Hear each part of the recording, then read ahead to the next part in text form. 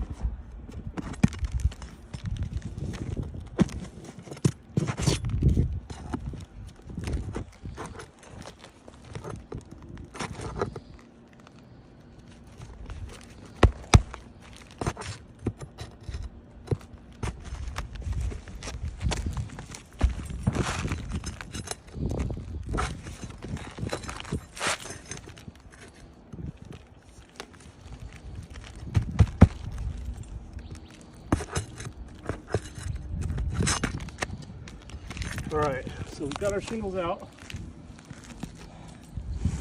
This is the closest shingle we could find. So we're gonna slide it in, but upon looking, it looks like this shingle's a couple inches too big. I'm not supposed to trim these, but I'm gonna, for the purpose of this repair, we're gonna go ahead and trim it down to size.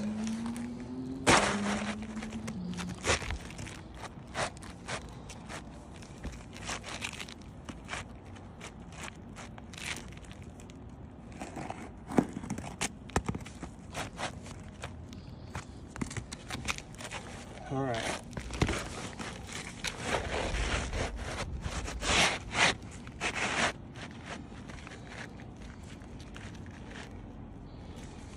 All right, now we got the shingle in place. Now we're going to put our 6 nails in and make sure it meets the wind resistance rating.